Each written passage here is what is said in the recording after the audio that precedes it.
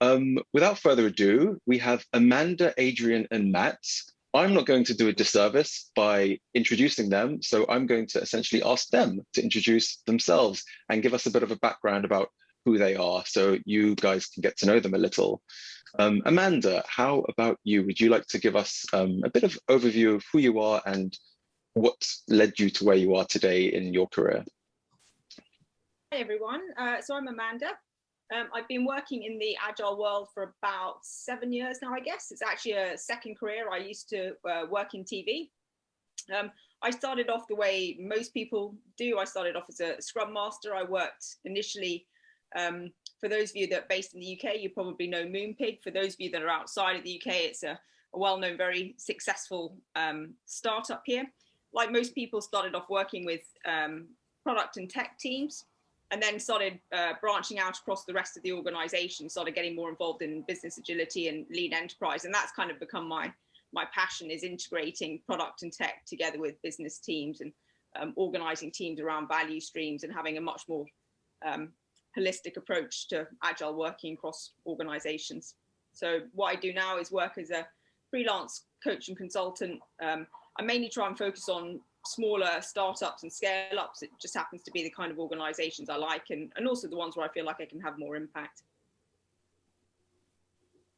Awesome. Thank you so much, Amanda.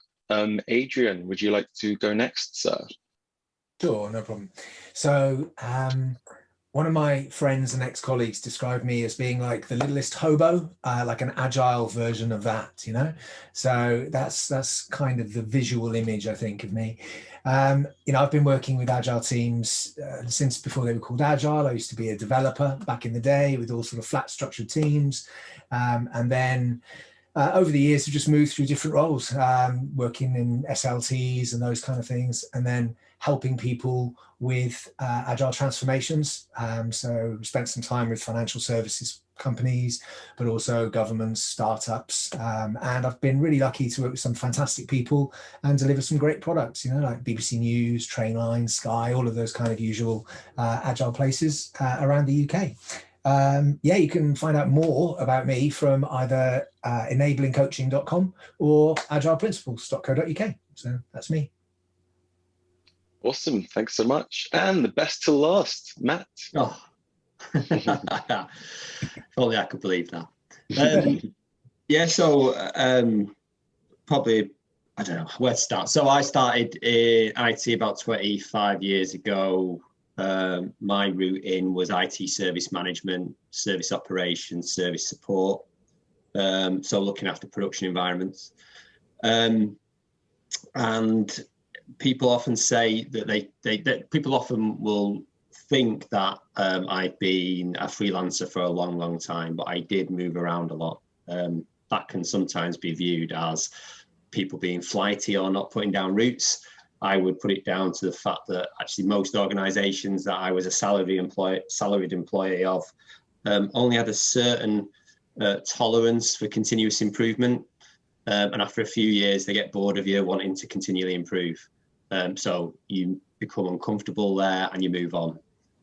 So I've worked in quite a lot of industries and a lot of sectors, and that's been very, very interesting. I think one thing I don't have on my description on the meetup, I don't have coach down there. So I didn't mention coach because I'm not sure whether I self-identify as a coach. I've been identified as a coach. I sometimes describe myself as an office political activist. There are a lot of people out there who I've bumped into that say, well, I'm freelance, I don't have to get involved in office politics. And I sort of look at that as, well, why are you here then? So yeah, that'll be me, I think. It's a lovely intro. That's a bit more of a mouthful than coach. Yeah. So, okay, now that we've gotten to know you guys a little bit better, I love the fact that you have quite different backgrounds. So you all have, you know, a variety of experiences. You all do similar things, as I understand, but you probably approach it in different ways, which I'd love to explore more. So my first question to you guys is just to define what an Agile coach is. So agreeing a common ground in the Agile world can be challenging at the best of times. You know, we've talked about Agile and Scrum for so long, and still quite a few people can have different takes on it. So let's start by defining what an Agile coach is. So how would you describe both the purpose of the role and what a person in the role actually does? So Adrian, perhaps you want to kick this one off? Yeah, sure, happy to. So I think the purpose bit is really interesting because, I think lots of Agile coaches are quite purpose driven. So I don't know if there's a sort of stated organizational purpose, but I think lots of people who are drawn to the Agile coaching space are people who are motivated by building great teams, delivering great products, making a difference to people's lives. So I think there can be quite a higher purpose to the role that we have.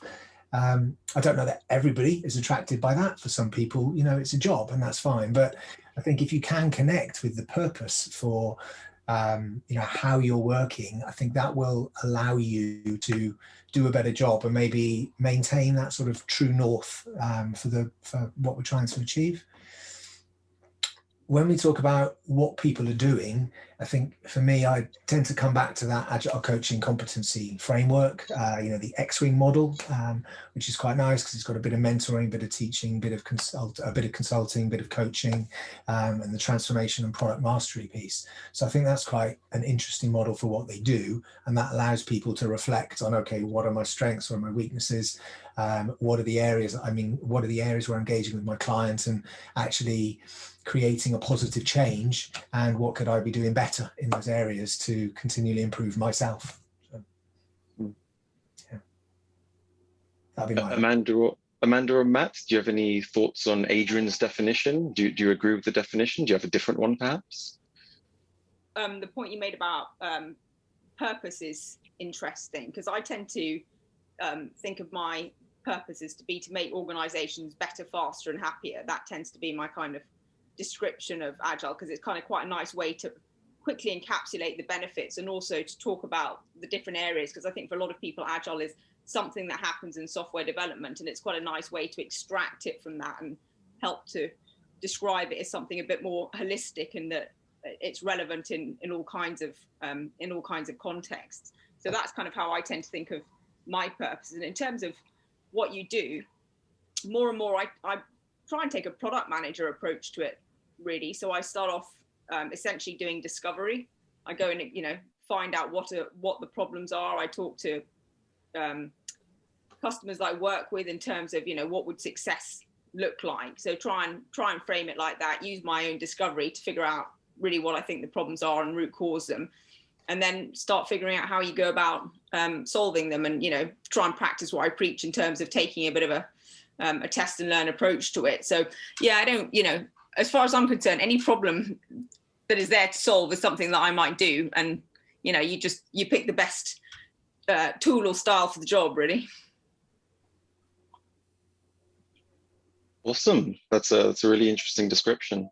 Matt, are you happy with those definitions? Yeah, I think so. I think I agree with a lot of what Amanda and Adrian said. So yeah, my approach and what I see are the winning strategies. I think are going into organisations and as Amanda says, going and asking what is it you want to achieve and helping them achieve it. I think as much as coaches in any sort of field, you try to get the best out of a set of people or an individual, unlock potential. And happiness has got to be a part of that. Effectiveness has got to be a part of that.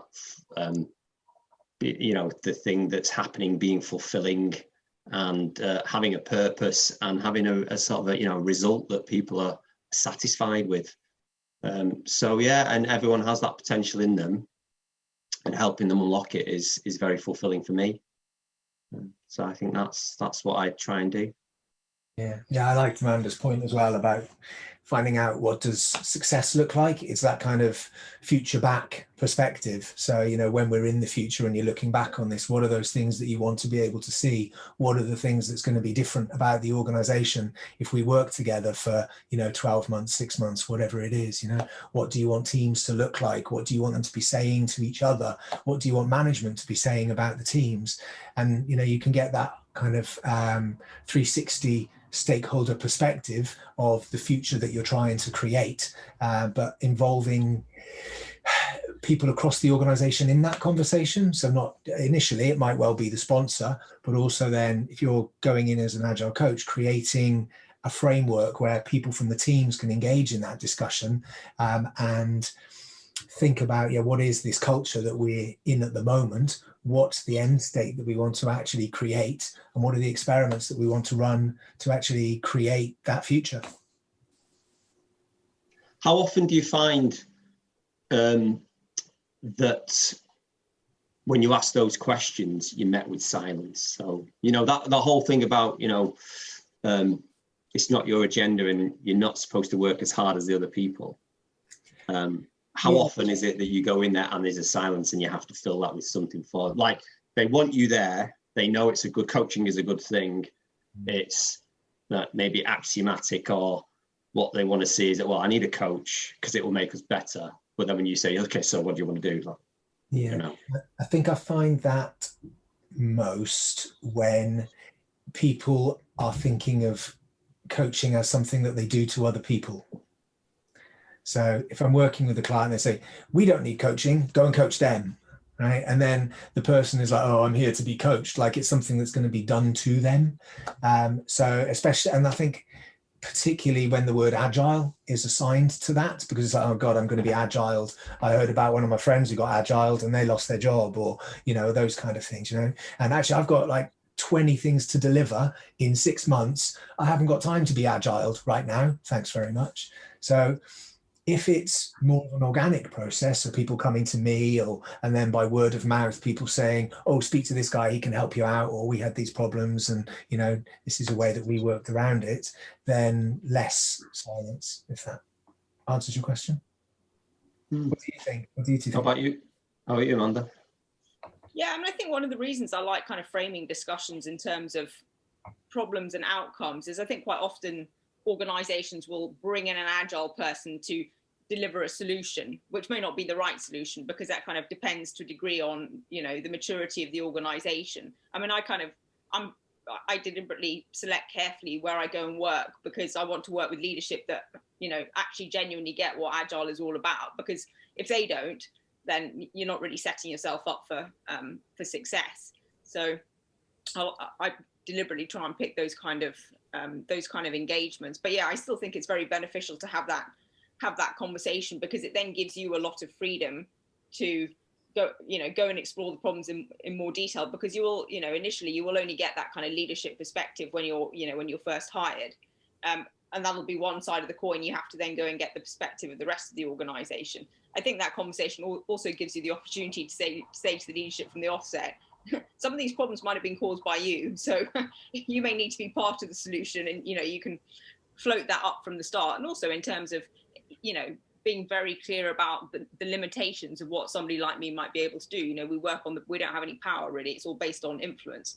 There are some things where we might be able to affect change, you know, individually or in collaboration. There will be other areas where you might want to make much more significant systematic changes that you simply can't just go off and do, nor should you. So also just kind of floating that idea that some of this will need to be collaborative. You will need to be part of the solution in some way, shape or form. I think, again, it's just helpful in terms of managing expectations around, you know, how much success you can achieve on your own versus, you know, in collaboration with whoever's hired you. Yeah, it's really great points. And you guys have mentioned things like, you know, you're brought in to maybe deliver solutions or to coach teams or to agilify teams, as Adrian put it.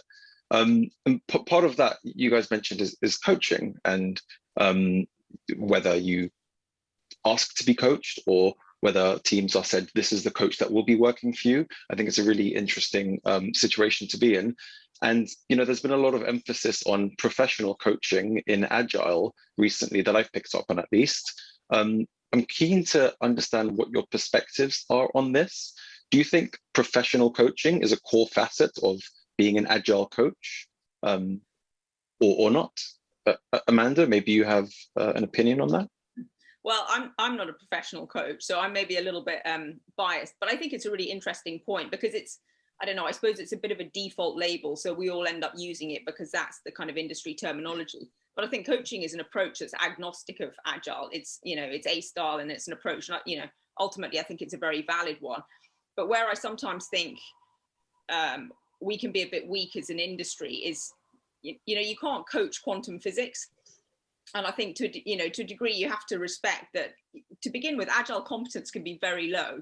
And, you know, simply asking questions isn't necessarily going to be enough to really help people get it. The fastest way to help people get it is to get them actually doing stuff and engaging. And there's a really nice coaching model that I like that somebody called Richard Watt at ThoughtWorks came up with. And he talks about the 3 stages of coaching. To begin with, you're coaching from the front. So no one really gets this. They haven't got a frame of reference. They don't know what good looks like. So actually at that stage, you want to be a lot more prescriptive, a lot more directive, because really what you want to do is get people trying it out, experiencing it, starting to get it, because that's what's going to get them engaged with it. Then you start coaching from the side. So now they're starting to drive it a bit more. You sort of got a firm hand on the back. You're helping them course correct. You're steering a little bit.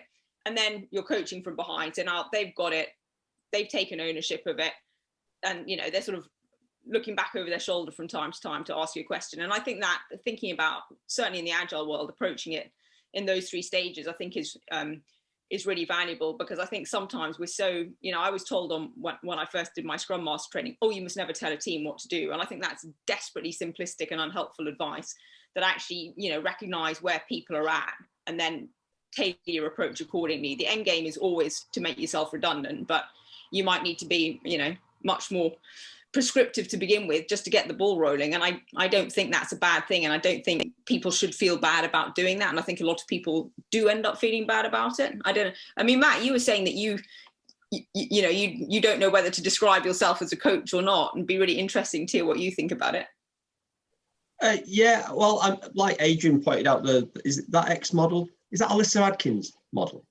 I think she was involved in it. I'm not sure if it's just hers, but yeah. Yeah, so, yeah, and that has lots of different roles. I find a lot of the coaching models and the articles about coaching, it's difficult for me to get on with them a bit, because it feels like they're a bit self-referential. But I think it's because it has Agile Coaching on it, and it says coaching, and it has 4 roles, and one of them's coaching. And it's like, so what are the other 3? I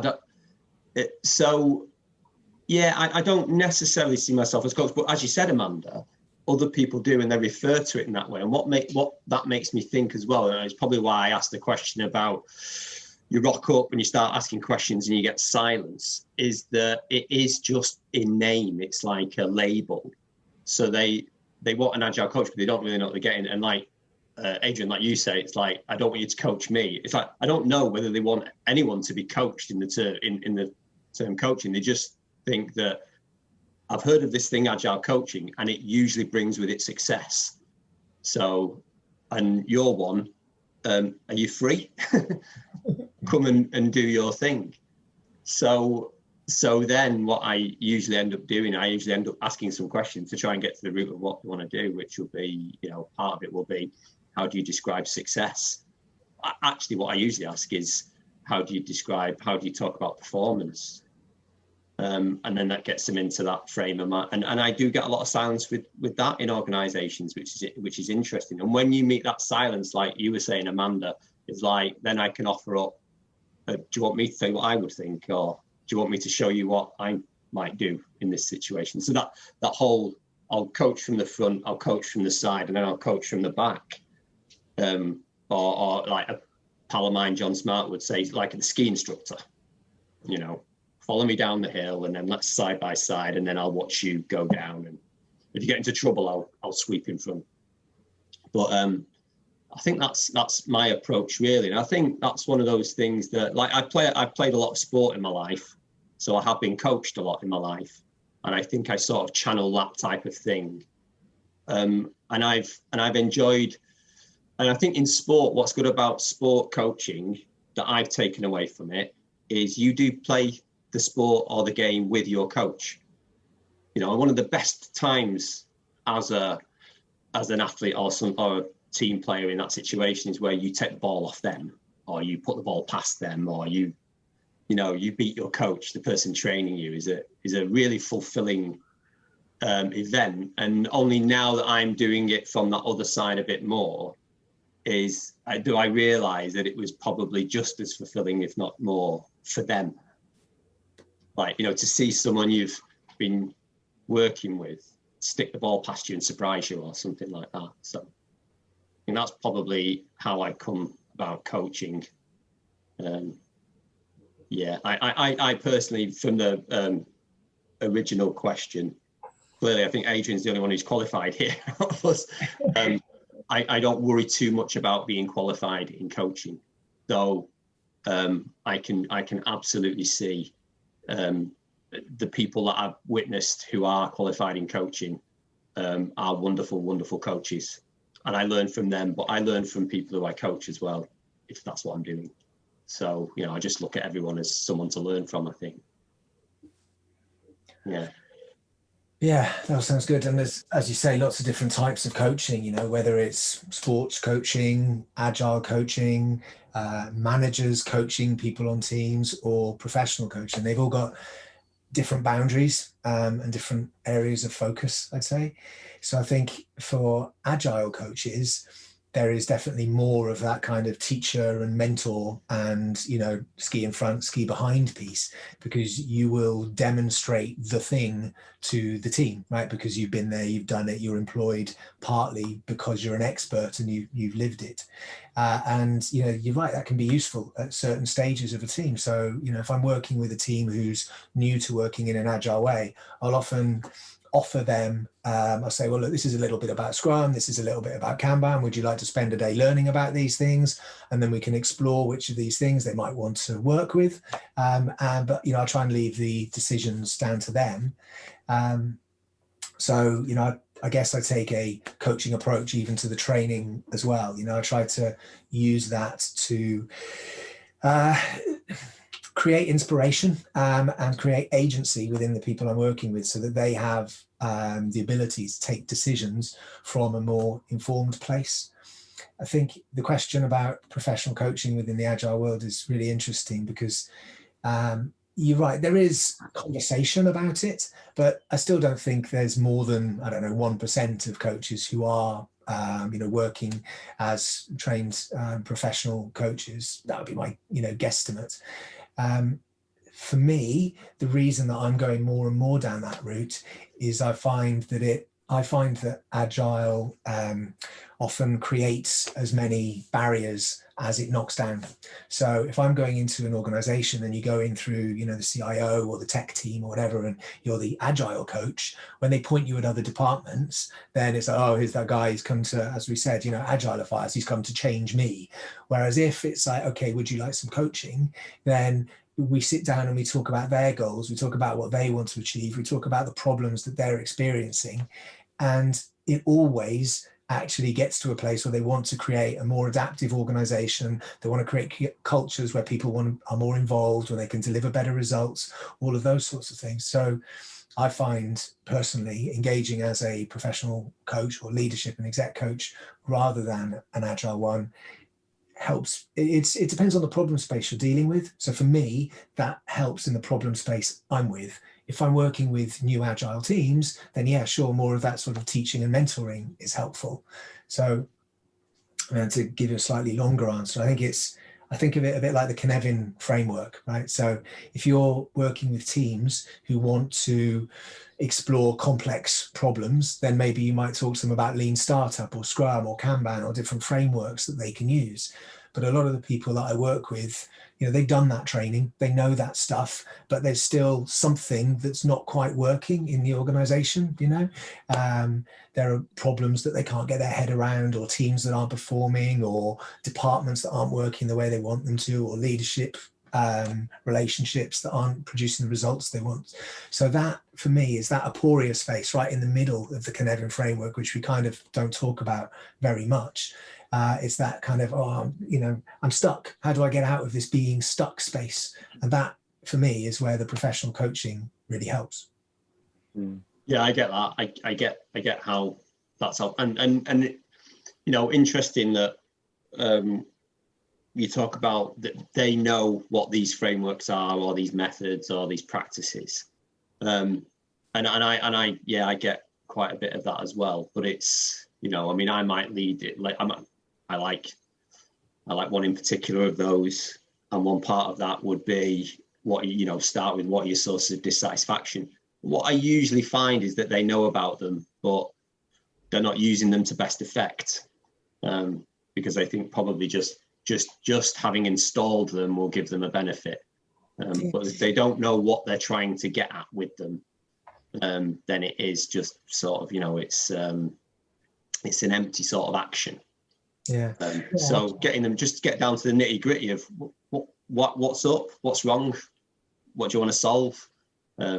Any of those things can help you solve it, but you really need to want to fix something to use that tool. Yeah, and a lot of the time you don't need to be a professional coach. You can be. So as you're talking, if you go and talk to a finance team, and we start talking about annual budgeting cycles and signing off business cases for 2 years in the future, they know it's rubbish. Right? They don't need us to come in from Planet Spotify and say, "Oh, you're doing your job all wrong," right? But that's, for me, this is where the coaching piece comes in, is it helping them to see what are their limiting beliefs, what are the constraints that they've actually imposed on themselves, what are the organizational structures that they might want to think about, or the conversations they could have differently to shift their reality. And you can go in as an agile coach and help them with that, but because you've got that label agile, that can often sometimes be a barrier to actually people becoming more vulnerable and opening the door to some of those possibilities. Yeah, I think that's a really good point. Especially I think once you get outside of the tech world, the skepticism. There's so many people just think of agile as a tech thing. It's totally irrelevant to them. So I've kind of, like, my approach to that has always been around the language I use, and talking about the benefits and helping them very quickly understand the relevance. And the other thing is actually investing a lot of time in understanding what other areas do. I've had to become incredibly T-shaped and learn how different business areas work, because if you can speak their language and very quickly start putting some of this into their context, it becomes less foreign. And as Matt was saying, if you can start digging into problems, you will very quickly be able to talk about how to fix those in ways that are agile. And actually, it doesn't matter that they're agile or not. They're just things that are going to improve it, and it doesn't matter. But yeah, it's really interesting that you use the coaching as a way to kind of get past the agile label. Yeah, because for me, sorry, go on. No, I was going to interrogate some of what you guys have said. So I've got 2 follow-up questions based on what you guys have said. I think, Adrian, what you said a moment ago around probably only 1% of agile coaches are actually professional coaches. That's probably true. And I think it's really interesting that that's probably the case, right? Just a super small set of people or agile coaches are actually professional coaches, but everyone's a coach at the same time. And we all go about trying to coach people, yet very few people are actually qualified to do that.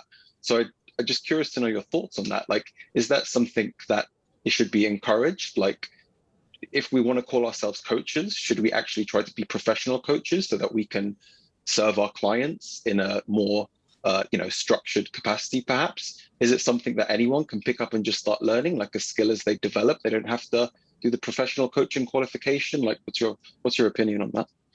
So my opinion on that is it's all about boundaries. So it's setting appropriate and respected boundaries for those conversations. So I'm not going to say every football coach needs to come and be, a fully accredited professional coach. And the same is true with Agile Coach, and the same is true with managers who want to have coaching conversations with people on their team. But if you do have that professional coaching background, and for me it's systemic coaching, then we can kind of dip into all of the systems that you bring with you, all of the family stuff. And I don't go in depth in family. I'm not a family therapist or anything, but you can bring that respectably into the space that you are coaching to help them see past these limiting beliefs and where they could have picked those up, to help the client bring flow back to the systems that they're part of.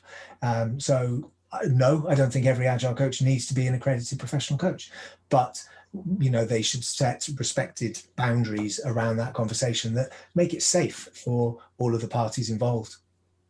I think when you're coaching people to be coaches, I think that's maybe a bit different, and I definitely don't see myself as doing that. But to your point, Adrian, the sort of accepted way of, or good way of doing leadership in the Agile world is a coaching approach. So are we going to say that everyone that manages somebody needs to go and get a professional coaching qualification? It's probably a bit much. But if you're the person that's going to help those people to adopt a coaching style of leadership, then yes, I wouldn't pretend to be able to do that. I'd go, no, that that's beyond my pay grade. You need, that's a specialism beyond what I can offer. I would question. So the way you posed the question, if we want to call ourselves coaches, well, I suppose actually, no, I won't question that question. If we do want to call ourselves coaches, then yeah, maybe you go and get a qualification. But how many of us want to call ourselves coaches? But like Amanda said earlier, it's a label that is associated with us now. It's sort of beyond our control. So we're seen as a coach. And if someone shouted 20 yards away from me, coach, I probably would turn around because I probably expect they mean me. But I am very fortunate in the way I've gone about doing what I do, that I get involved in the community. So what do I want to be called? I want to be called Matt. And because I am involved in the community, most people do call me Matt. Like, I get sought out. So that's really lovely, and it's hard work to get there. They're like, what they first say is, are you free? Can you come and help us with our problems? They don't necessarily say we need a coach, or are you a coach? And it's interesting because you guys have said that when you say, as soon as you say Agile, I'm an Agile coach, it creates a barrier. So you may want to drop the word Agile, and then you may not want to be called a coach either. So all of a sudden we're running out of words to call ourselves, kind of having, some Agile coaches might be having an identity crisis. That would be pretty, I feel sorry for them if their identity was Agile Coach. But yeah, fair. I don't think that would be a crisis. Yeah, that would definitely be a crisis. So Matt, do you think Agile coaches should be hands-on? I'm getting the feeling that you have a very hands-on approach when you work with your clients. Do you think that's a good stance for an Agile coach? I suppose the easiest way of responding to that would be I like the Taiichi Ohno quote, if it is quote, or aphorism about a manager should get their, I'm probably going to misquote it now, a manager should get their hands dirty 4 times a day, or whatever it is. You should get your hands dirty, or how would you know how to talk about the thing that you're trying to get people to do? So I might actually more readily identify with a practitioner as a practitioner. And I do things like training as well, but I wouldn't fill my life with training. I'd want to fill my life with the thing that I train people about, so that when I come to train them or coach them or mentor them, or be in the midst facilitating them, I have enough of the experience to, whatever situation throws up, because I've thrown myself into it before, I have the resilience to be able to get us all out of it, with our head above the water. So yeah, I forgotten the question now. Apologies. And you've answered it already, so perfect. I want to touch on sports coaching as well. I'm glad you mentioned that earlier, Matt. Agile seems to have borrowed a lot from professional coaching and embedded it in how Agile coaches are and their competencies. How do you think that sports coaching can play a part? Because it seems, for me, it's always seemed like a logical fit, right? You're there to create high-performing individuals to motivate them. You can extend that to the teams. And I know there's a lot of theory on team performance, but I don't see it as a skill set, a part of a competency matrix of an agile coach. That maybe I haven't seen the right frameworks for it though. So how do you feel about sports coaching being embedded into agile in the same fashion that professional coaching? Do you think there's some tricks that agile coaches can learn from there to look at how sports teams are running and how they become at the pinnacle of the game? Do you think there's lessons we could learn from there? Matt, I think you mentioned sports coaching, so I'll ask you the question first. Yeah, so, well, for me, I think that I'll test this out on you as an audience. I've never said this out loud before, so this may go down a rabbit hole. But so it's about helping people survive and thrive within complexity, isn't it? So here, I'll lay this wrap on you, see if you agree. People often don't like violent analogies. There is sometimes a bit of a pushback against people using things like war when we discuss analogies about complexity. And I suppose if you go back to it, sport a long time ago was our way of preparing for war, and war is like the most complex human-made situation, because we make it. We start fights with one another, and then sport has come out of that. And then, the VUCA business environment that we're in is as complex and as volatile as that sort of thing. So I just think they bleed into one another. I definitely think we can learn from that. I definitely think we can learn from things like, and it goes both ways. So there's a lot of, stuff about psychology and performance now, and athletes training body and mind, and all those things are linked together. So you might see my bike in the background, and I really stress from the stresses of the day on my bike, and have my best thoughts when I'm on my bike, when I'm not near anything to write it down. So all of that stuff I think bleeds into one another. I don't think you can separate it. If you wanted to separate it, fine, but then I think why not have it? Why not consider it at all times in whatever you're doing? I think it's all linked. It's that holistic approach to, how we consider the world, how we view the world, and how we deal with all of that complexity that's constantly springing up. Sorry, very long-winded. Great answer, thank you. Psychology is really interesting, because I frankly know nothing about sports coaching whatsoever. But when I was doing some leadership training a couple of years ago, the company that were running the training did a lot of work with high performance athletes, and they gave this really great example around belief and the importance of belief. And they were the example was a famous weightlifter who sort of reached his ceiling in terms of how heavy the stuff was that he could lift. He'd got to 100 kilos or whatever it was, and he couldn't push past it. And one day he comes in and his coach has swapped the bars around. So he picks up what he thinks is 100 kilos and he's absolutely fine. And then he goes and tries to pick up 120 and he can't do it. And then his coach says to him, I've swapped them around. That first one you picked up, that was 120 kilos. The whole point being that belief, the psychological belief was actually the limitation. And I thought it was such an interesting story in so many ways. But I think that I've come to realize more and more how important belief is in the agile world. And it's something that I talk a lot about, is especially when you're kind of introducing some quite big changes, things like when you're integrating business and technology teams, which is something I do a lot of. Tech teams get it, they're fine, they get cross-functional working, it's the extension of what they already do.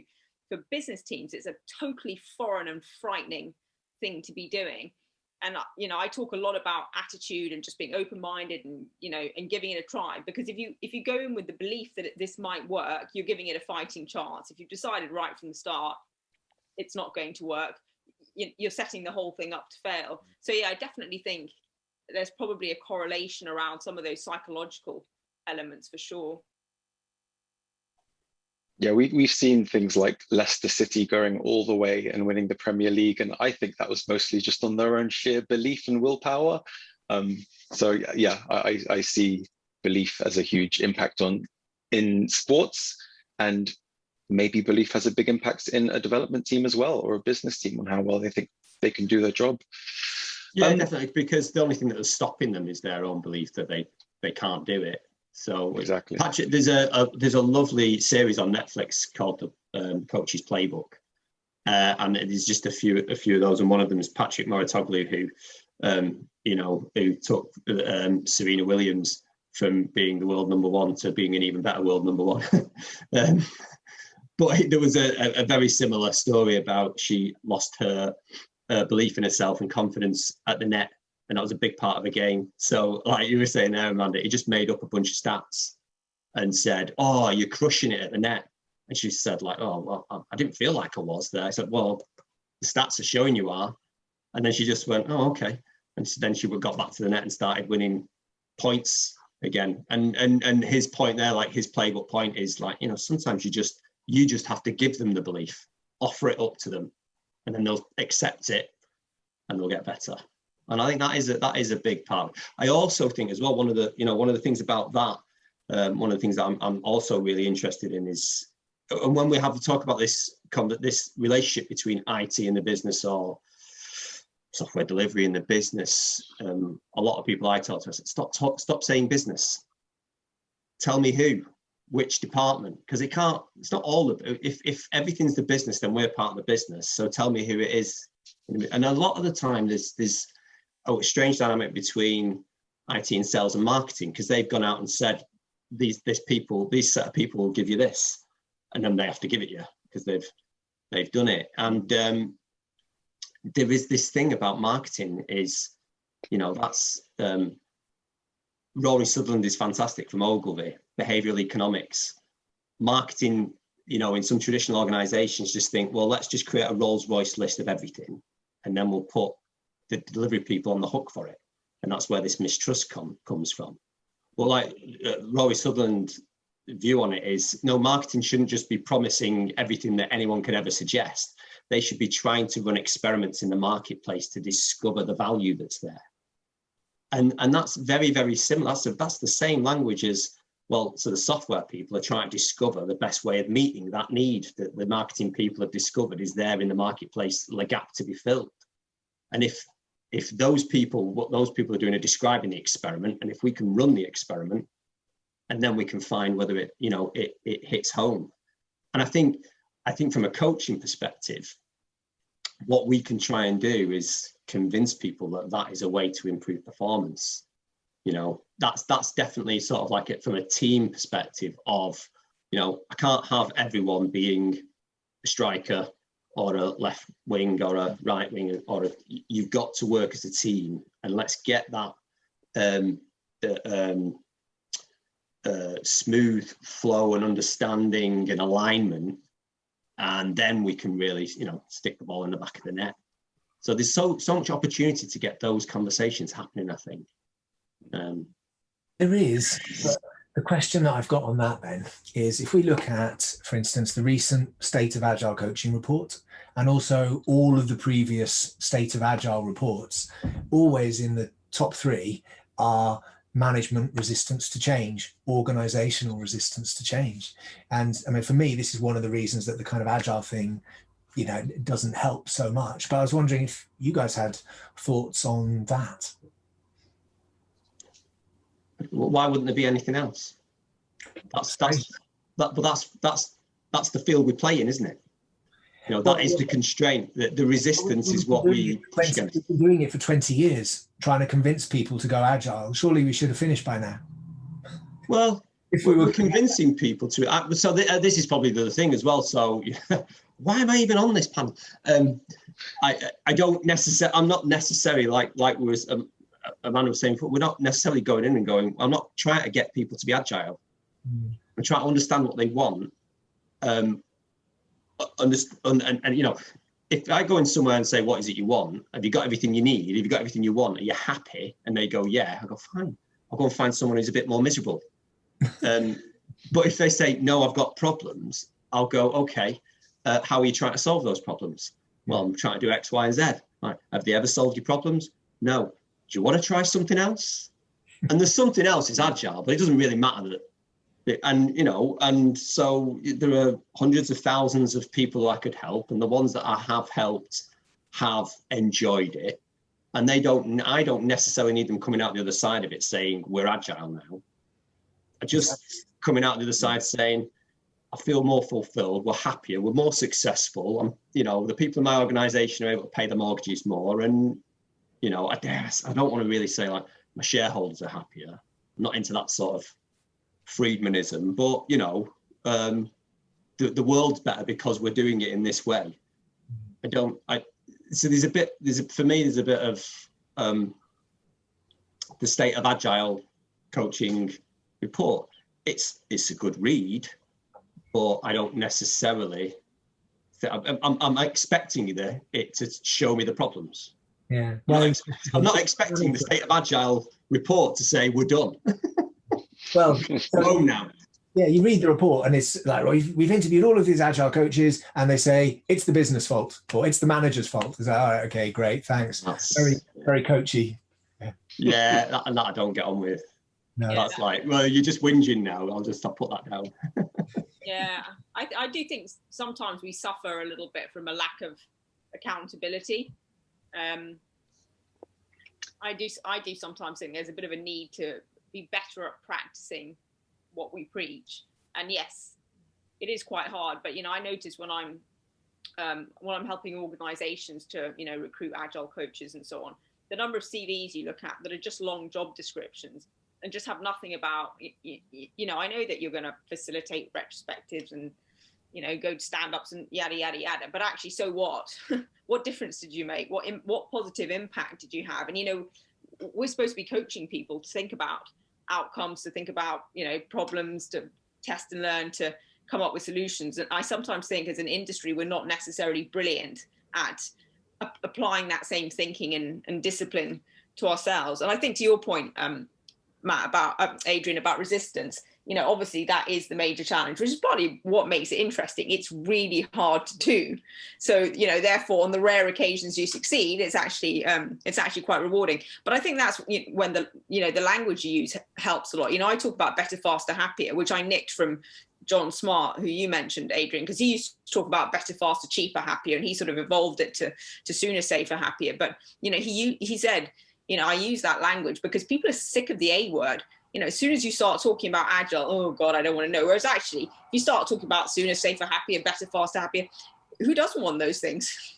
Most people go, yeah. So, if you actually just focus on the benefits, as you said, Matt, who cares actually if the way we get there is agile? They don't even need to know it's agile. And, a lot of the times I come across teams that are doing things that I would call agile. They wouldn't call them agile. They're just things that work, right?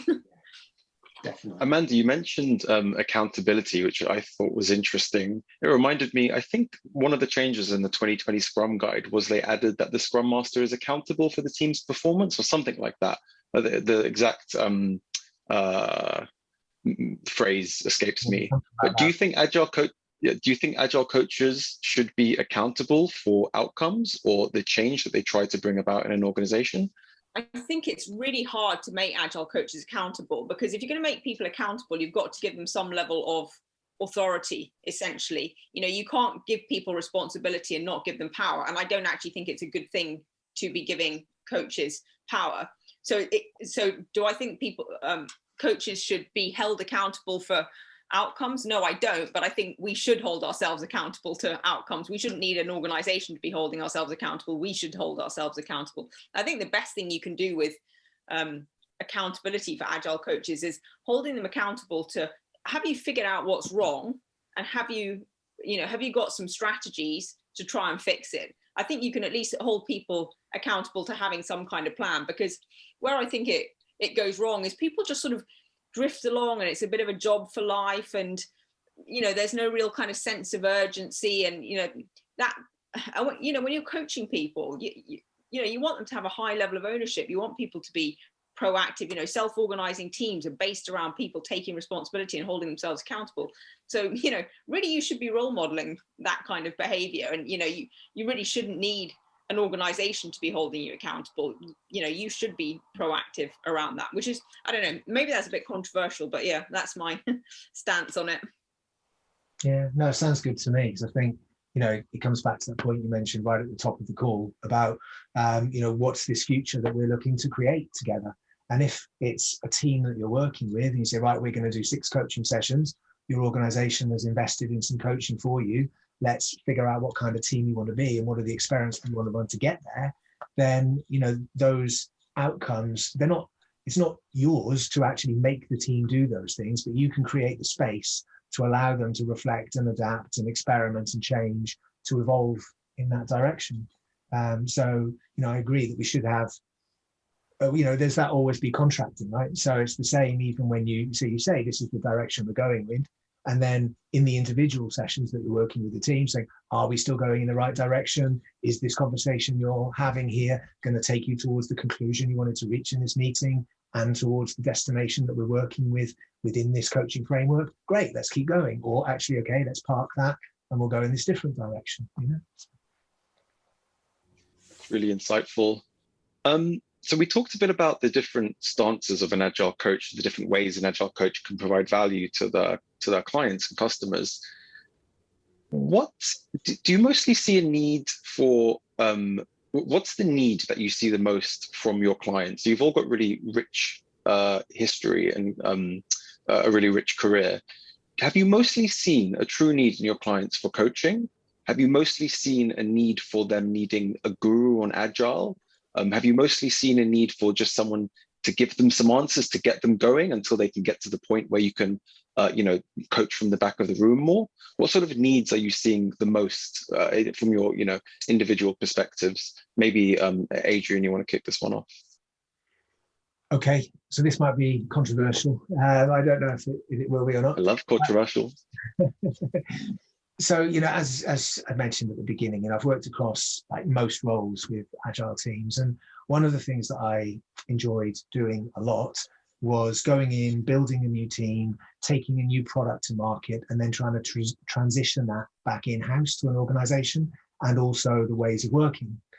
But I was reflecting on that over the last couple of days. And often what happens is after you've done that, it doesn't stick. Right? The culture, you know, eats the strategy for breakfast, as they say, right? So it kind of fades away. Now, it really appealed to me to go in, do that, build this team, do this really exciting thing. But was I just another hero manager going in, do that? Were we just another hero team, right? So this is why I think now, for me, I'm taking a more systemic approach. You know, what you do has to be in harmony with the system and evolving the system. There's no point going in and doing these things because it will fail, it will fade away. So it has to, you know, it's all about being a musical instrument within the orchestra. And yes, you can help teach people some new songs and some new, you know, bring some new music sheets or whatever it is. But I think, that's the kind of challenge I've got over some of the roles that we do. So the question about where we have the biggest impact, I think, or what do they most need? So for me, the biggest impact now is why, you know, I'm gravitating towards the professional coaching piece, because in that space, I work with leaders and help them make tiny little shifts in personal behavior and relationships and things like that, which I know are going to cascade through the organization and affect multiple teams. If I go in and teach a team how to do Scrum, or teach 10 teams how to do Scrum, maybe that'll stick around in the organization. But a lot of the time, that's not actually where their problem is. So, you know, I worked with a client, they said, oh, we need these teams to be working in an agile way. We said, well, okay, we can do that, but let's look at this value stream end to end. And we looked at it, and the development piece was like 6 weeks. But the time to get something to market from being an idea to in a customer's hand was like 2 years or whatever it was, right? So the 6 weeks was not the problem. So, you know, for me, it's about where is your input going to have the impact for your client, and the highest value that I think I can deliver is actually by doing less and focusing in those areas. But that's just kind of where I am on my journey right now. It's lovely. Matt or Amanda, what do you think? I think in terms of needs, organizations are normally looking for a silver bullet, really, in some way, shape or form. And to your point, Adrian, I totally agree with you that actually you have to look at the whole system. I tend to think of problems within teams and problems external to teams. And actually the problems within teams, you know, are fairly trivial to fix, really. Yes, you know, you might, have to wait a while until everyone gets on board and gives it a go and blah, blah, blah. But, you know, actually they're not particularly complicated problems, but those teams are part of a broader system which they don't control. And actually 50% of the problems they are struggling with are beyond their control. And I agree with you. I think that's where you really add value, is by actually looking at the entire system holistically and, you know, root causing where the problems are actually coming from. And yeah, that's really where you can kind of make the bigger impact. And also to your point about stickiness, that really, if you want this to be something that's long lived, it's got to be, you know, there's got to be ways to embed it in your organization. You know, I think this is where things like values, career frameworks, behaviors, making sure that they're, you know, that they are tied to performance management and career development and so on. Because as long as all this stuff is optional, people will, you know, will opt in or opt out. And actually, if half the people are opting out of the behaviors that you care about, you're going to weaken your culture. So you actually have to be a little bit hard line about it and go, you know, we're serious about this stuff matters, and reflect it. So yeah, I would definitely agree with you. And I don't think when people ask for the silver bullet, I don't think they're really aware of, you know, what level of change might be necessary in order to get there. Yeah, they're not aware of what they're actually asking for, are they? Yeah, definitely. And I think it's interesting to speak about, you know, because the way you posed the question was our relationship with the client. And, you know, really when you get into it, there is no one client. There is a person who asks you in, there's a person who signs off on the you know, the money and stuff like that. But you can't really allow yourself to be only motivated by that person's needs. And then you start working with a whole bunch of people, and you have a lot of clients. I think there's someone called Wen, she posed a question or something earlier about do Agile coaches have a written coaching agreement? You know, and that's interesting. It's like, I don't necessarily have written ones, but I do have agreements. But I'm asked in by someone, and I notionally have an agreement with them. I start working with other people, and then I pull a thread there.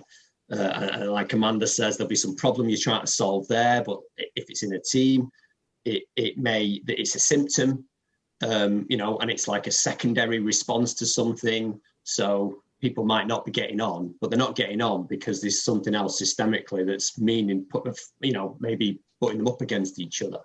So you go beyond that, and then you get into maybe another team or another level of hierarchy.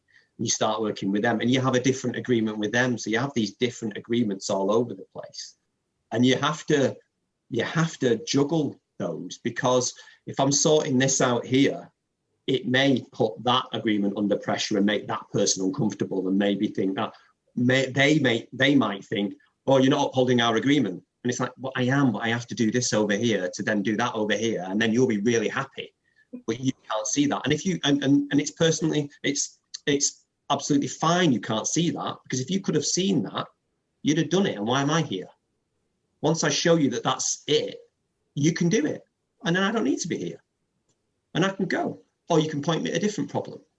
And you know, it's that constant juggling of there is no one client. You go in and you start to interact with that system. Hopefully you do the things that they were uncertain to do or couldn't see or were too afraid to do, and you role model some of that good behavior, and they get the benefit from it. And they start to perform better, and they feel happier. And you know, and the unfortunate lot of the coach is that you only get to bask in their reflected glory, but then you can come home and, you know, tell someone else how amazing you did. You know, you get your party elsewhere. One of the things I was getting from what you were saying, Matt, is the system is the client. Yeah, definitely. But the system doesn't have a voice or any agency to bring you in, does it? But yeah, I suppose you're servant to the system, aren't you? And in serving the system, you try and help everybody else get more from it, and hopefully then to pass on to other people. Do that conspicuously. Do it transparently, so you can leave behind someone else or groups of people able to now do that when you're gone. Yeah, but I would say the system does have a voice. And actually, one of the things we can do is help people actually listen to that voice and understand what it's saying to them. Yeah, sorry, yeah. It does have a voice once we're in. Once we're in, we can hear it. When we're not in there in those four walls or working with it, we don't hear it, do we? Yeah. It's that little voice that whispers to you at the back of your head. Sorry? Just saying, it's that little voice that whispers to you in the back of your head. And of course, it's systems within systems, right? So your developer community will be a system, your testers will be a system, your teams will be a system, the organization is a system. And it's like, okay, how are we actually going to help bring harmony to these systems? You know, how are we going to serve the system to enable it to bring flow back to the organization?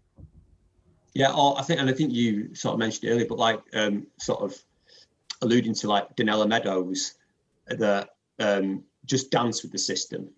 Right. You know, it won't always be harmonious. You know, sometimes there might be a bum note, but you know, keep dancing. It'll come back together at some point. It's very insightful. Guys, I have one last question for you before I let the audience have a go at you, because I'm sure there's some keen people to ask you questions.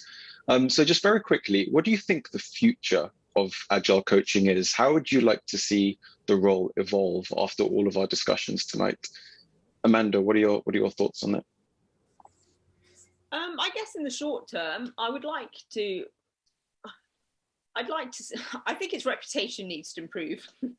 I encounter a lot of cynicism around Agile coaching, and I'm, to a degree, I'm sympathetic with that. I mean, I think, we do have a challenging job on our hands, but, equally, I think there are times when we could do better. So yeah, I'd like to see us creating more impact. But, ultimately, the whole concept of Agile coaching should just disappear. You hope at some point in the future, this is the way that you work. You don't need to go and, help companies adopt this. This becomes a default. At the moment, we're in the process of having to unlearn working practices that, we've had for 100+ years.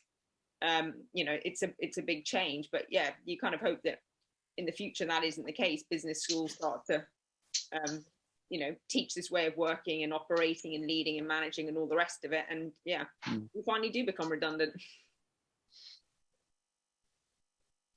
Adrian or Matt, any thoughts on how you want to see the role evolve or the future of the role? Go on, Matt, you go. Thank you. So I just would hope that it's never not going to be needed. We won't, like Adrian was saying, there's not going to be a point where the state of whatever report says job done, go home. There was a fantastic Lean Agile Scotland keynote by a chap called by like a design professor called Cameron Tonkinwise, and it's a brilliant thing to watch. He basically sucks a load of Lean Agile practitioners in, saying how good they're doing. Like the test drive is the way that we do. We learn by doing and we evolve by doing and all that sort of stuff. And this guy's a designer, so his is more about design and transitions and all that sort of stuff, and forward thinking and so on. So he gets everyone riled up, very positive about them and how well they're doing, and he just sort of says, "But look what you're doing with it. Mining heavy metals that landed here from stars and putting wearable technologies on people's parkers that then 3 months later they throw in a landfill. Or we're getting people, or we're getting better ways of encouraging people to bet on teams that lose." It's like, let's do something good with it. The world's screaming out for us to make better decisions. And I will use the label now. So I'll corral everyone into that label of Agile Coach. So those people are Agile Coaches. We're good at getting people doing stuff that they should be doing. Let's just choose better things to get people to do. That's what I would hope for. I think it's a lovely hope. Yeah, I think it's a lovely hope. So we spoke about the internal system and coaching with that system in mind, but actually what you're talking about now is coaching with the wider system in mind, the whole system that we're all part of, the planet, and the change we bring about for good, which I think is a lovely sort of optimistic future for coaching and agile coaching. And there's certainly talk around that if you look at the work on ecosystemic coaching. There's some videos from Renewal Associates that people might want to check out there. So that sounds great. I think one of the other futures is wheelbarrows. I think we'll all need wheelbarrows to carry around all the certificates that we have, because we're going to need like 200 to get a loaf of bread and a job in the future. So. I was waiting for someone to mention certificates. How many certificates do you need to be an Agile coach? None. That's the correct answer. Guys, thank you so much for answering all of my questions. Now is the lovely time for the audience to get to ask some questions. So, audience, feel free to use the chat system. Similarly, feel free to unmute and ask your question directly. I'm perfectly fine with both approaches. There's a few in the chat I see already. I'll scroll up to try to find them, but if anyone has a question, raise your hand in the Zoom function or unmute and ask, or feel free to use the chat system. Michael F., your hand is raised. Yeah, I don't want to jump the queue. So if there are already questions in the chat, maybe I'm happy to wait for those to be answered. Very noble of you, sir, but the chat's quite long, and the time it'll take me to find like the very first one, just go ahead and jump the queue. So hopefully I will repeat one. So for our lovely panel, thank you very much for your contribution. The hard question is, what would you do when you're hired in an organization and asked to foster agility, and in the middle of your job, all of a sudden, the organization changes direction, basically by fear, and wants to de-agilize everything? What's the position? Should you try to change the organization, or would you change organization? Who'd like to go first? I think you nominated yourself, Adrian. Okay, so I guess it depends on where you're engaging. So if the person who's changed direction is the kind of person that you're working with, then you can have a sensible conversation, right? If you think of your sphere of control and your sphere of or circle of influence and all those kind of things, if you're in an organization, in a department, and it's a multinational company, and the company has made a strategic decision to change direction, then there's not much you can do.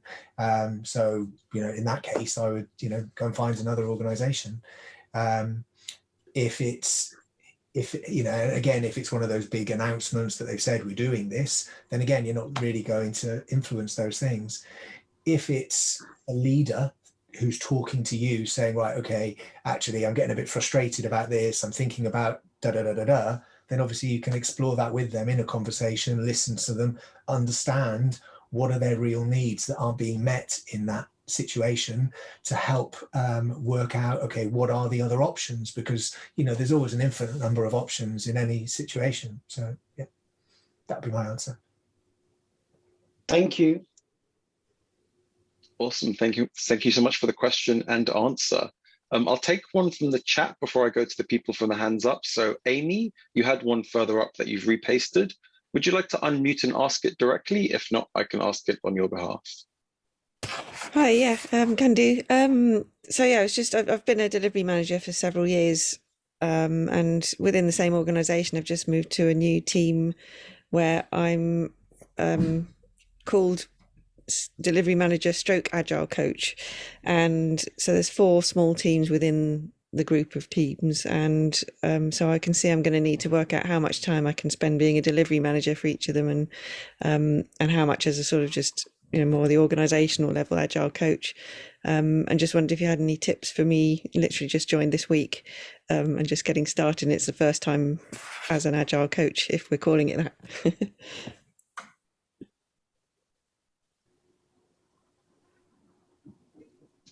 And who's that to? Should I? Well, because I spoke up now. Is it me?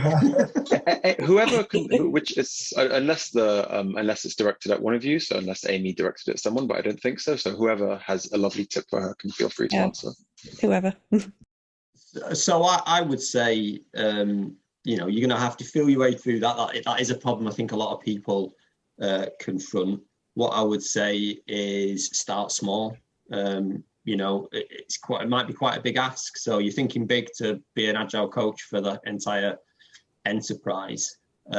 If you're a delivery manager for a few teams, I would look to see how you can influence the system around those teams, so that actually it's you know, it's a cycle, a graceful cycle of making things better around you. Serve those teams. If there are people up and downstream or across dependencies, the breadth of the organization that you can you know, coach or teach or mentor in some of these practices, such that, you know, you lessen or break dependencies for those teams that you're delivery managing. They'll, you know, that should be a great cycle of then making your DM job easier and offering you more elbow room to help other people, which might be one thing to consider. And I've just had this conversation with a coach recently. But don't go and look for something that's so far away from what you're doing in the rest of your job that it will be a dependency or a conflict. Stay close and build it out. Does that offer any help at all? Yes, it does. Thank you. I've got another one I think is similar to what Amanda mentioned at the beginning, which is talk to whoever's brought you into that space about what success looks like. So what is the future that you're working to create? So that will give you your North Star. And then you can say, well, look, if this is what we're looking to create, what are the most important things? What does success look like? What are these teams going to be doing? What do you even see the Agile Coach, what space are they working in? And then you can contract with them about how you're going to engage in the teams, how you're going to split your time up, what are the priorities, and just revisit that contract on a regular basis. This is how we're doing. Do we keep going in this direction, or do we change things a bit? You know, so inspect and adapt and be agile about the whole thing would be mine. So that always be contracting, but also take it to the team, you know, so see what's working for the team and what's not. Are you able to service them in a way that they need to be serviced? And the same for the people that are sponsoring you too. So create boundaries. Otherwise, it'll be really easy for you to get swamped. Awesome. Thank you. Best of luck in the new role, Amy. I'm sure you'll smash it. Christina, you have your hand up. Would you like to unmute and ask your question? Hi there. Thank you so much. It's been a brilliant talk. So I had a question earlier, but you covered it in terms of, you know, the whole agile title and what we've kind of prescribed to ourselves. But I wanted to kind of, you know, ask the question around, do we think that the reason why we have gotten the kind of, I'd say, a bad name for agile within companies is because we kind of started with the focus on things being faster. And as you mentioned, going into a system and trying to change that system is very complex. And it's a very kind of slow process.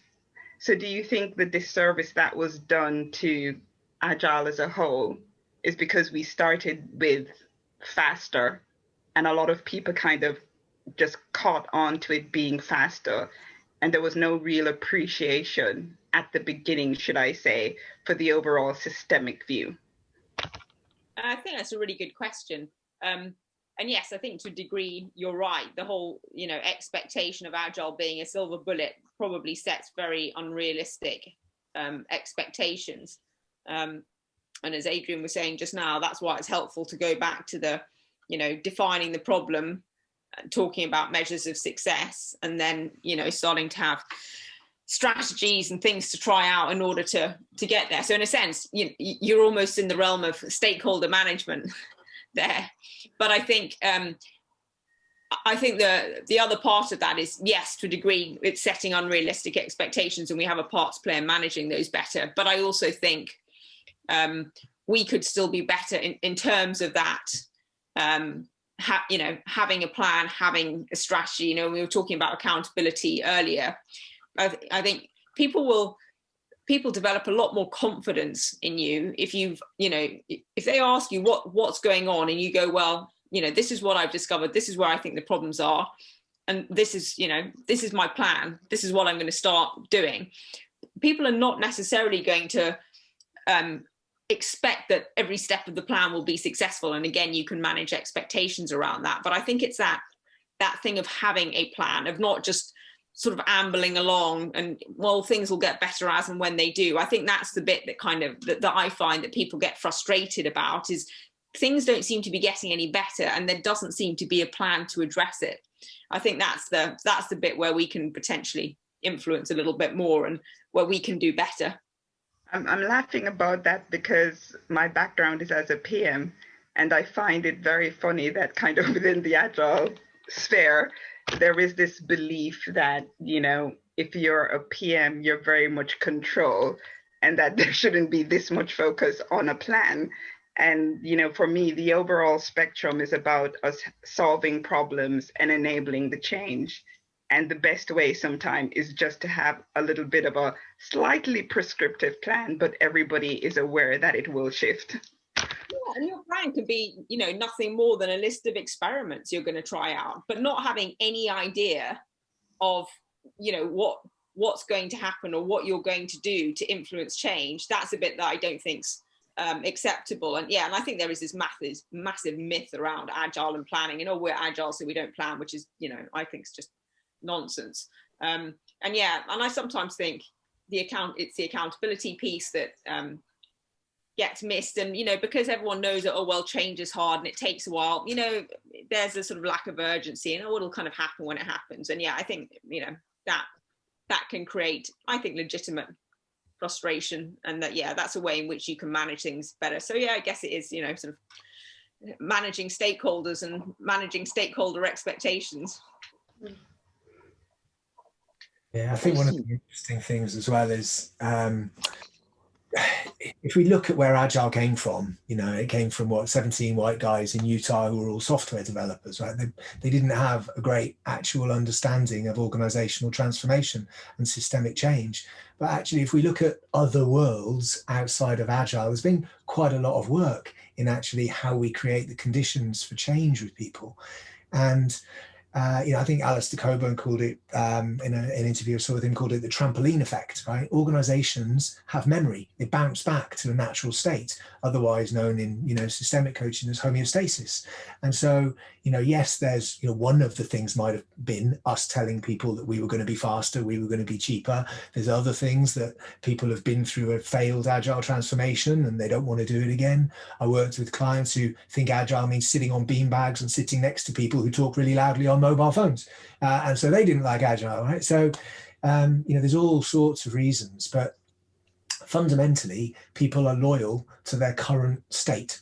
And until we can actually help them acknowledge those loyalties and understand what it is that they're giving up, and soften those loyalties and see how, okay, that belief might have helped me previously, but now I could maybe accommodate some other beliefs, then they can sort of embrace wholeheartedly change for the future that will be sustainable and not just bounce back to where it was before, when the person who said, go and change that, go and work in that framework, has moved on. I'd like to add to that as well, because I think it is a great point. And another way of looking at it is also that it's just the natural progression, because it has become so widespread, and more people are using it. So you get to that sort of Dunbar number of, it grows so big that you split into factions, you split into different tribes. And a lot of I think a lot of the negativity around Agile is not coming from like someone who lands not knowing what Agile is, looking at it and saying that's no good. It's coming from within. And it's a lot of the noise is us saying, well, that type of Agile is no good. Well, no, I think that type of Agile is no good, which does stick a bit. It generates this negative attitude about Agile's no good because we're telling everyone else it's no good, but we're just infighting. Regardless of that, there's still great stuff being done and there's still great outcomes happening. But we just like to moan and bitch about stuff, don't we, a lot? So, and you have to as well, because life's hard. So you got to get it out of your system. But yeah, I sort of, part of me thinks we should take a great pinch of salt with a lot of that negativity. We're still here, we're still fighting, we're still getting stuff done. I'm really enjoying it. I'm sure a lot of other people are really enjoying it. And we all have a bad day, so we just need to sort of forget the whinges. Awesome. Very simplistic view on that. Thanks so much. Awesome. Thank you so much, guys. Okay, we've got 2 more people with their hands up. Let's try to knock them out in the next few minutes so everyone can go and have dinner. Patrick Blaine, would you like to unmute and ask your question? Hello, yes, thank you. So one of the things that I've certainly typically struggled with is knowing, I guess, how much to give. And what I mean by that, in place to give a touch in the right direction and a time to hand something on a plate and be a lot more hands-on and directive. Is there any kind of top tips for finding that right balance quickly? I hope that made sense. I lost the sound a little bit on that. Yeah, I didn't get the question. Sorry. I'll try and summarize what I got from that, because maybe I got the sound. I think that what you're asking is, when you're working with a team, what stance do you naturally go to? Is it the sort of teaching and directive piece, or is it the coaching angle? Is that sort of what you were asking, Patrick? Kind of, yeah. Not necessarily what do you naturally go to, but how do you find out how to strike that balance, really?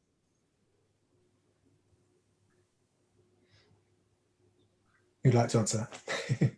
Go on, Patrick. I'd say try and understand how you measure your outcomes. Like, you might not have a real opinion at the beginning of what the right balance is. You might just be trying to discover what the right balance is in any given context or with any given set of people, because it might change. But what are you trying to affect by your interventions or interactions? And understand those and make those sort of measurable with agreed.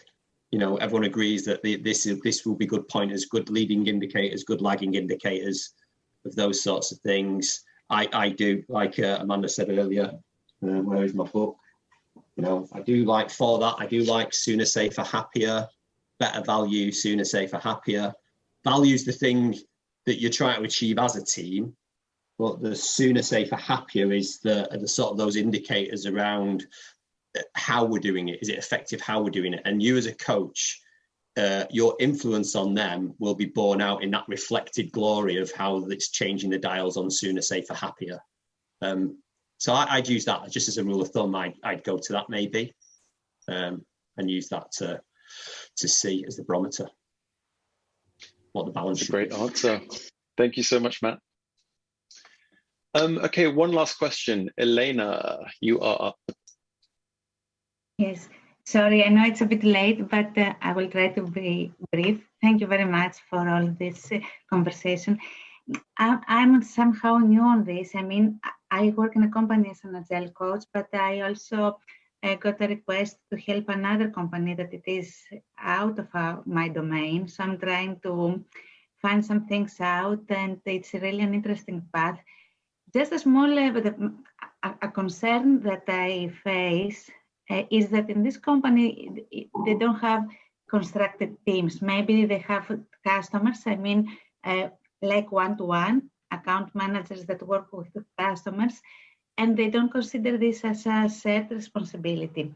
Can Agile be applied in this situation? I mean, how can I propose change in a company that maybe has three teams of 3 people, or not at all, teams that individuals that work with customers? A small hint that can drive me.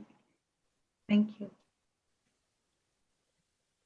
You'd like to answer? Do you want to do the last one? I feel like I've spoken loads. I don't know if I have. I could, or Amanda, do you want to? Or I'm not really sure I understand the question that well. I mean, can Agile be applied in a company where they're not constructed teams, but they're mostly working as doubles or as individuals? I mean, one-to-one. I think it can. I think as Matt was just saying, it's kind of going back to what's the value, whatever activity they're doing, it's hopefully generating some kind of value. What is the value? And you may well find that, you know, if you look at a customer support area, for example, you've got multiple people who on a day-to-day basis are working individually, talking to customers, but there is still a shared objective around what it is that they're trying to achieve. And, you know, they'll be like everyone else. There'll be things that work well and things that don't work well. And a really good starting point is just to start talking to people about what works well, what doesn't work well, start discovering what the problems are, start small. And I think, you know, as soon as you're the hardest thing with Agile is sort of understanding the context. I always find you've got to understand the context really well before you can start thinking, okay, what might Agile working look like in here? So I would treat that as a starting point. Go and understand the problem space really well, have those conversations, get close to what those people do, what it is they're trying to achieve, what works well, what doesn't work. Then you will start to figure out, okay, here are some of the things that we might be able to do differently, and you can start. I mean, it's harder if you have a situation, if it's something like a customer support situation where people are on phones all day, is you can't get people collectively in a room together to discuss stuff. So you have to look more at sort of asynchronous methods of doing it and that kind of thing. But if there are windows of opportunity when you can get more people together, but yeah, figure out the problems. And once you know the problems, it'll be much easier to figure out the solutions. Yes, thank you very much. Thanks. Great advice. Thank you very much.